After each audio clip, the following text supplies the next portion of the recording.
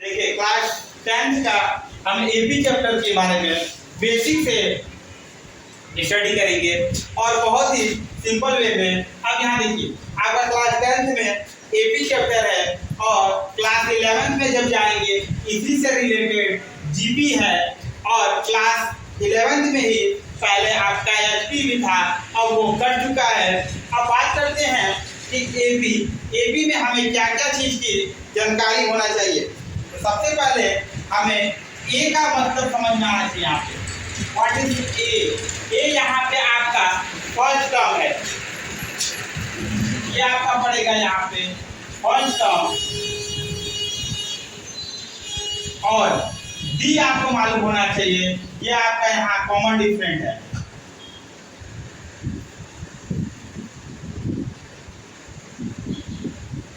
इसके बाद आपका मिलेगा एल, इसी को हम एल से भी नोट करते हैं और इसी को हम लास्ट टर्म बोलते हैं। और देखिए क्वेश्चन आपसे कभी कभी ऐसा पूछेगा कि आप कैसे पहचान सकते हैं कि कोई चीज आपका एपी में हो। एग्जांपल के तौर पे हम आपसे बात करते हैं 2 3 5 9 6 डॉट डॉट 11 मान लीजिए देती है। तो उस समय सबसे पहले हमें यहाँ पे ए का वैल्यू तो मालूम हो जाएगा कि ये क्या है, आपका फर्स्ट टर्म ए हो जाएगा और ये वैल्यू आपका लास्ट टर्म एन हो जाएगा या ये एल हो जाएगा। इसको हम ए से डिनोट करेंगे। अब हमें डी का वैल्यू पता करना है। जब डी निकालेंगे तो हमें a2 माइनस a1 करना पड़ेगा। तो हम यहाँ 3 माइनस 2 करेंगे जिसका वैल्यू हमें मिलेगा 1। अब फिर इसको इन दोनों के बीच में देखेंगे डी का वैल्यू, तो हमें a3 माइनस a2 करना पड़ेगा।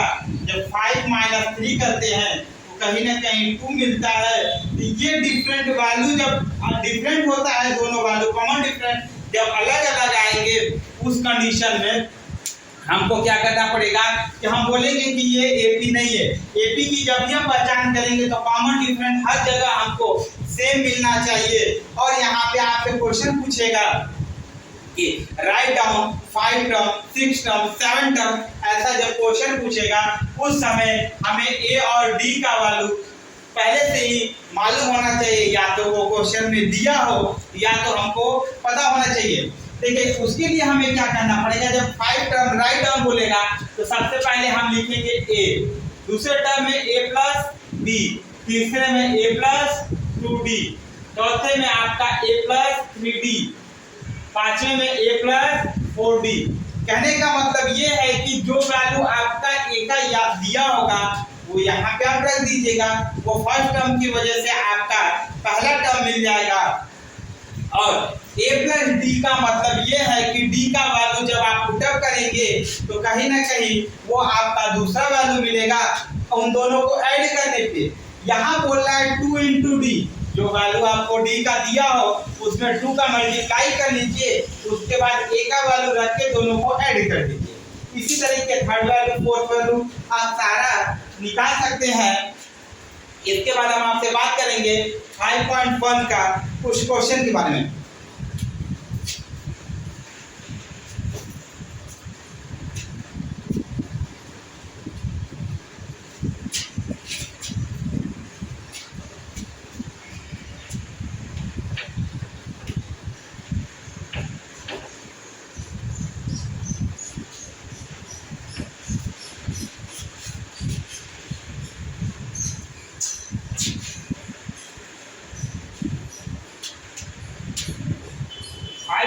वन का क्वेश्चन जो है आपका न्यूमेरिकली क्वेश्चन है, जिसमें क्वेश्चन में ये बताया जा रहा है कि आप शुरुआत का किसी टैक्सी से कहीं जाते हैं, वहां पे वो किराया लेता है आपका 50 रुपीज। अब बाद में वो जाके हर बार आपको 8 रुपीज एक्स्ट्रा लेता है। आपका जितना किलोमीटर वो ज्यादा चलेगा वो हर 1 किलोमीटर पे 5 रुपया एक्स्ट्रा 8 रुपीज एक्स्ट्रा लेगा। तो हमें पहला टर्म में पता है कि ये कितना था 50 रुपीज, लेकिन बाद में हम जितना किलोमीटर एक्स्ट्रा इंक्रीज करेंगे उसमें एक्स्ट्रा चार्ज इंक्लूड होते जाएगा, वो 8 रुपीज। तो अब वो पूछ रहा है कि क्या ये एपी है। एपी होने का मतलब पहला बात तो हमें ये पता चल गया कि ये फर्स्ट टर्म आपका कितना है 15, यानी ए का वैल्यू कितना है 15। और अब ये पूछ रहा बोल रहा है कि दूसरे बार में क्या कर रहा है कि इसमें 8 रुपीज ऐड कर रहा है, दोनों मिला के होगा 23। तो ये हमारा A2 हो गया, ये हुआ। अब आपसे पूछेगा कि फिर जो वैल्यू आपको मिला है उसमें फिर 8 रुपीज इंक्रीजमेंट करेगा यहाँ पे। अगर आप इनको ऐड करिएगा तो देख रहे हैं कि 31 मिलता है। अब फिर बोलता है ये क्वेश्चन आपको कि आप 8 रुपीज फिर इंक्रीजमेंट होगा, तो कहीं ना कहीं आपको 39। अब ये क्वेश्चन पूछता है क्या ये एपी है। सबसे पहले हम पता करना होगा कि ये एपी कैसे होगा। देखिए अब ऐसे क्वेश्चन दिया है, आपको लास्ट तक जा सकते हैं। जाने से पहले अब ये बताना है क्या ये एपी है, तो इनका इसमें माइनस करिए। जैसे आप माइनस करते हैं आपको डिफरेंट कितना मिलता है 8 का, इनको भी माइनस करिए, ये भी आपका 8 होते हैं। जब इनको माइनस कर रहे हैं तो ये, यानी कहीं ना कहीं कॉमन डिफरेंस सेम होने की वजह से इन दो सभी जगह इसका वैल्यू सेम होने की वजह से कॉमन डिफरेंस सेम है, तो ये आपका एपी है। इसी क्वेश्चन में यही बताया गया। कोई वैक्यूम है उसमें से 1/4 वैल्यू आप वैल्यू माइनस कर लेते हैं। यानी आप कोई सिलेंडर है, उस सिलेंडर में से आप 1/4 पार्ट रिमूव कर लेते हैं उसका वैल्यू। सबसे पहले हमें मालूम होना चाहिए कि पहला जो शुरुआत में था वैल्यू उसको हम मान लेते हैं क्या होगा, v होगा। सेकेंड पार्ट में बोल रहा है कि हम उसमें से माइनस करते हैं 1/4। तो हमें क्या है कि हम इस क्वेश्चन को करने से पहले हम ध्यान ये देंगे कि इस क्वेश्चन में कि हमारा जो वैल्यू शुरुआत में था उस समय उसको हम मानेंगे 1, हम माइनस करेंगे 1/4 है। अब जब इसको माइनस करेंगे तो इस समय ये वैल्यू मिलेगा 3/4। अब आप सेकंड कंडीशन में आपको 3/4 टर्म आपको इसका वैल्यू मिलता है, तो आपको जब क्वेश्चन पूछेगा क्या ये एपी में है कि नहीं, तो आप सिस्टमैटिक वे में पहला वैल्यू लिखेंगे v, दूसरे में 3/4, तीसरे में 3/4 स्क्वायर, फिर आप 3/4 क्यूब। इसी तरीके आपको लिखने के बाद आपका तीसरा क्वेश्चन जो है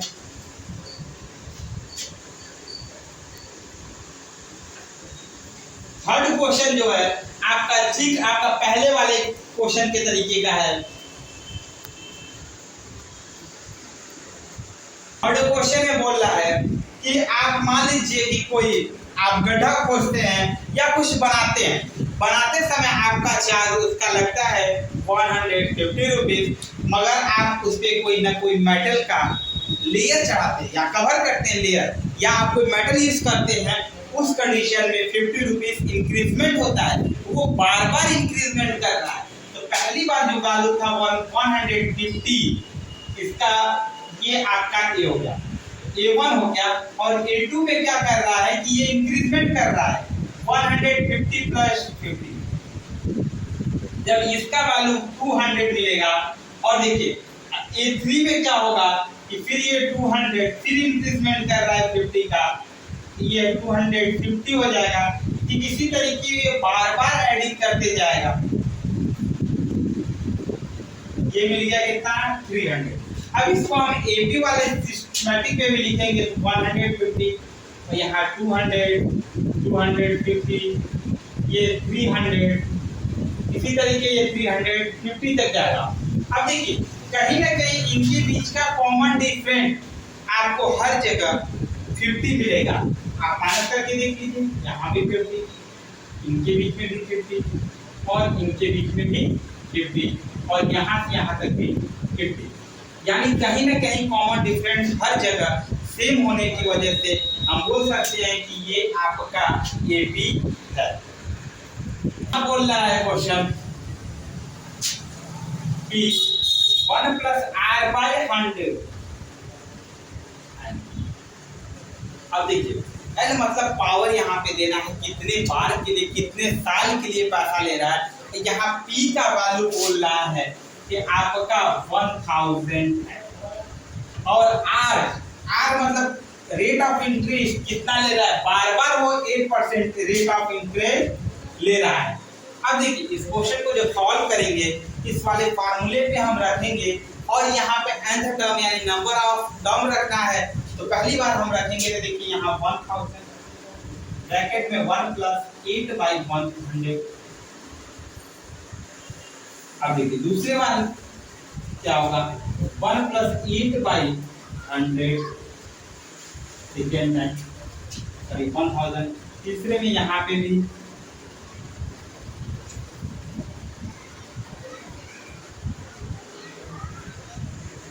इसी तरीके ये बार बार जाएगा, और हमें ये लास्ट में सभी वैल्यू को कैलकुलेट करके बताना है क्या ये एपी है कि नहीं। इसको कैलकुलेशन करने के बाद लास्ट में हमें जो वैल्यू मिलता है उनका कॉमन डिफरेंस देखेंगे। यदि हर जगह आपको सेम मिलता है या आपका सेम वैल्यू आएगा उस समय ये आपका एपी होगा, अदरवाइज ये एपी आपका नहीं होगा। अब देखिए मेन क्वेश्चन ये न्यूमेरिकली था, सॉरी ये वर्ड प्रॉब्लम था। इसके बाद आपका ये आपका 1 का क्वेश्चन नंबर 2 पे हम बात करेंगे।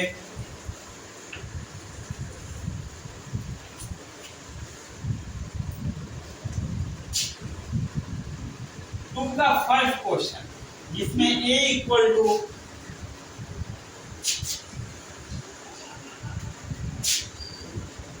और d इक्वल टू 10 दिया है।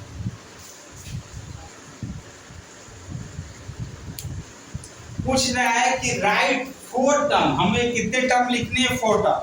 तो सबसे पहले हमें टर्म लिखने के लिए फार्मूला मालूम होना चाहिए। फर्स्ट आपका a होगा, a + d होगा, a + 2d होगा और a + 3d होगा। इन चारों टर्म पे हमें ये लिखना है। अब देखिए कहीं ना कहीं हमें कैलकुलेशन करते समय ध्यान ये देना है, यहाँ पे a का वैल्यू कितना दिया है, ये तो इसी में हो गया। दूसरा बोला a + d, tan + tan। तीसरा tan + 2 × d, d का भी वैल्यू क्या है, tan + 3 × d, tan। अब कैलकुलेशन करना है, आप देखिए tan इन दोनों का ऐड करिए 20, यहाँ 20 + 3 30, इनका 30 में +10 40। अब लास्ट में पूछे क्या ये एपी है। अब एपी बताने का मतलब है क्या कि इनके बीच का कॉमन डिफरेंस देखिए, हर जगह डिफरेंस आपको यहाँ दिख रहा है। इससे हमें 20 में से अगर 10 को आप माइनस करेंगे तो भी 10, 13 में से 20 को माइनस करिए तो भी 10, और 14 में से 30 को माइनस करिए तो भी 10। तो कहीं ना कहीं आपका ये एपी है। ठीक इसी का दूसरा क्वेश्चन आपसे पूछ रहा है,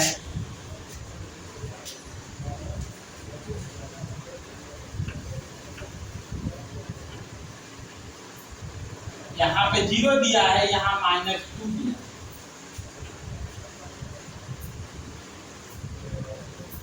अब पूछ रहा है उसी तरीके आपका 4 टर्म लिखना है।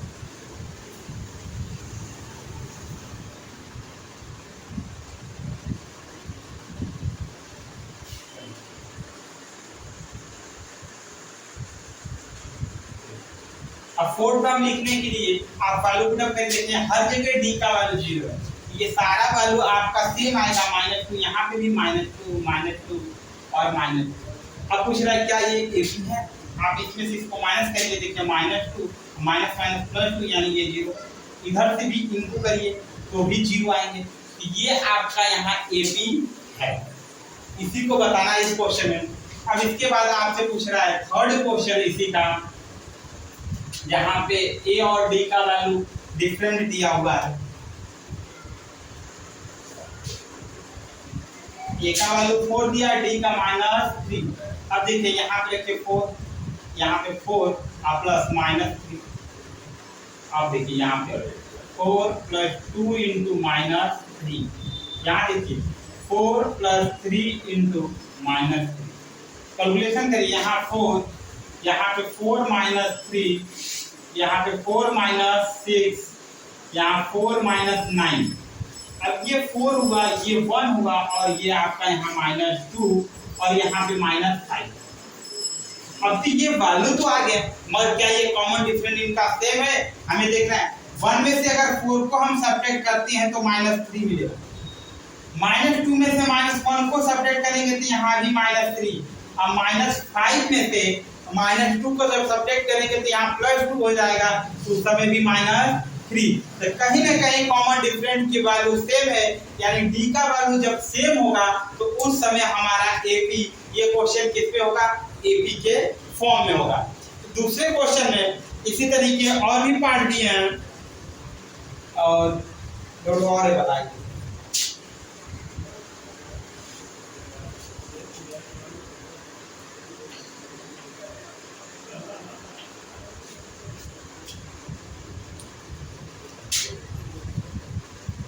देखिए चौथा में क्या किया है, ए का वैल्यू -1 दिया है, डी का 1/2 फ्रैक्शन में दिया है, तो कहीं ना कहीं कैलकुलेशन करना और इसमें कोई टफेस्ट नहीं है। यहाँ -1, यहाँ पे देखिए -1 + 1/2, यहाँ -1 + 2 × 1/2, यहाँ देखिए -1 + 3 × 1/2, ये तो कट गया। अब देखिए -1 यहाँ पे 2 का इससे मल्टीप्लाई होगा, -2 + 1 आपका 1/2 होगा, मगर वो माइनस में, क्योंकि 2 बड़ा नंबर है, इस वजह से यहाँ माइनस का सिंबल लगेगा और यहाँ पे -2 हो जाता है।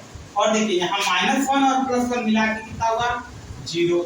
यहाँ देखिए 3/2 हुआ तो 2 का इससे मल्टीप्लाई होगा तो -2 और +3 मिला के आपका 1/2 होगा, यानी ये वैल्यू। अब ये देखना क्या ये एपी है, तो हम जब इसको सॉल्व करेंगे -1/2 -1, तो जब सॉल्व करेंगे तो हमें मिला 1/2, यहाँ पे तो सेम है। इनके बीच का वैल्यू देखेंगे, 0 में से इसको माइनस करेंगे तो ये 1/2 हो जाएगा, 1/2 से जब सब्ट्रैक्ट करेंगे तो भी सेम होगा, तो ये बोल सकते हैं कि ये भी एपी है, इट इज एपी। इसके बाद आपका पॉइंट का क्वेश्चन दिया है, ये 5वां इसी का है।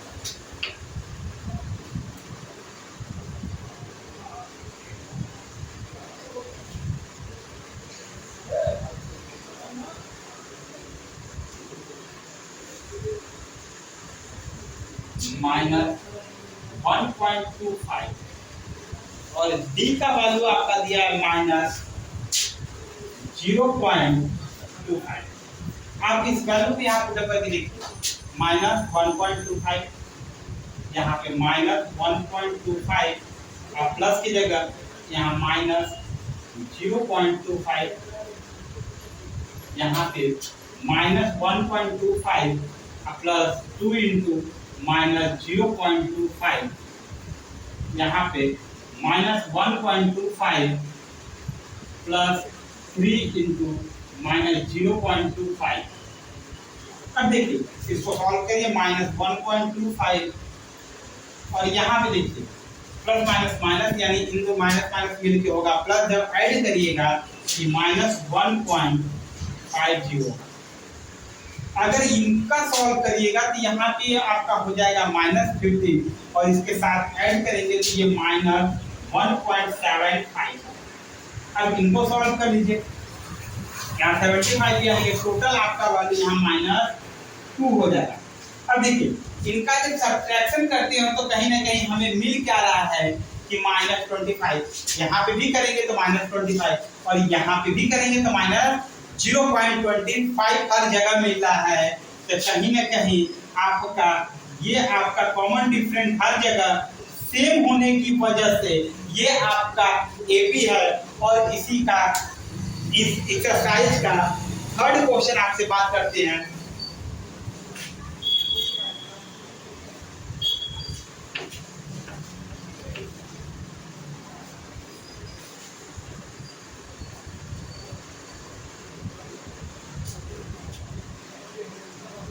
थर्ड का फर्स्ट क्वेश्चन आपको बताने जा रहे हैं। इसमें क्वेश्चन दिया है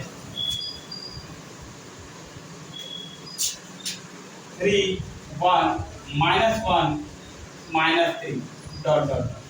क्वेश्चन पूछ रहा है कि आपको दो चीज बताना है, एक ए और एक बी। ए आपका पूछ रहा है कि फर्स्ट टर्म क्या होगा और बी आपसे पूछ रहा है कि कॉमन डिफरेंस क्या होगा।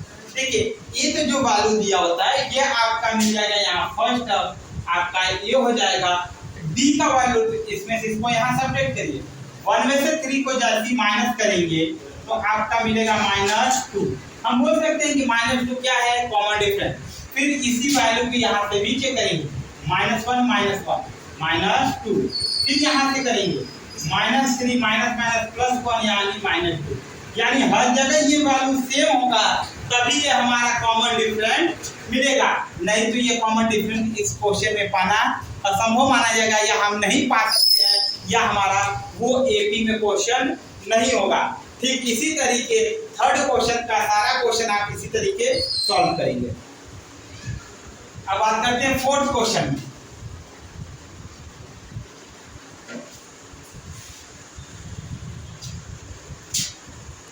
फोर्थ क्वेश्चन का जो फर्स्ट पार्ट किया है उसमें ये बता रहा है यहाँ पे 2, 4, 8 और 16 डॉट डॉट बोला राइट डाउन 3 मोर टर्म, इसके बाद 3 टर्म और लिखिए। यानी ये पहले कौन कौन टर्म है इसके बारे में बात करते हैं। यहाँ a है, यहाँ a प्लस d है, और यहाँ पे a प्लस 2d है, और यहाँ पे a प्लस 3d है। ठीक है, इतना टर्म तो दिया है। इसके बाद बोल रहा है कि राइट डाउन 3 मोर टर्म, यानी इसके बाद का 3 टर्म और लिखने के लिए क्वेश्चन पूछ रहा है। तो यहाँ पे इसके बाद होगा a प्लस 4d और a प्लस 5d और a प्लस 6d। इस वाले फोर्थ क्वेश्चन में सभी क्वेश्चन में यही 3 टर्म आपको और लिखना है।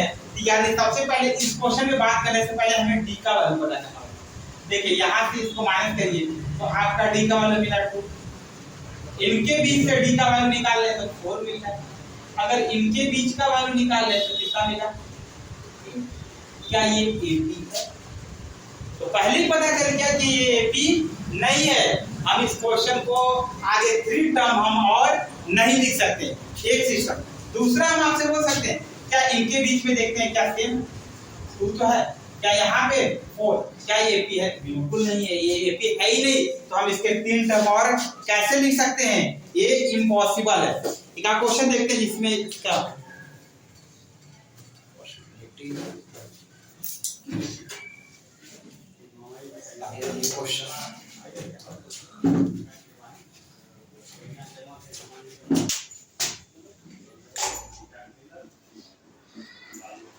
इसी का 7वां क्वेश्चन हम बात करेंगे जिसमें दिया है 0, -4, -8, -12। इस तरीके का ये क्वेश्चन दिया है। तो आपको सॉल्व करते समय देखिए, अब आपसे फिर बोल रहा है कि राइट डाउन 3 मोर टर्म। यहाँ a plus d, a plus 2d, a plus 3d, तो हमें a प्लस 4d और a प्लस 5d और a प्लस 6d हमें फाइंड करना है। ठीक है, फाइंड करते समय a का वैल्यू तो हमें पहले से पता है कि 0 है। अब d हमें फाइंड करेंगे, -4 में से 0 को अगर माइनस करेंगे तो भी हमारा -4 होगा, -8 में से -6 को करेंगे तो प्लस, तो ये भी आपका यहाँ मिलेगा -4, यहाँ पे भी -4 ही मिलेगा।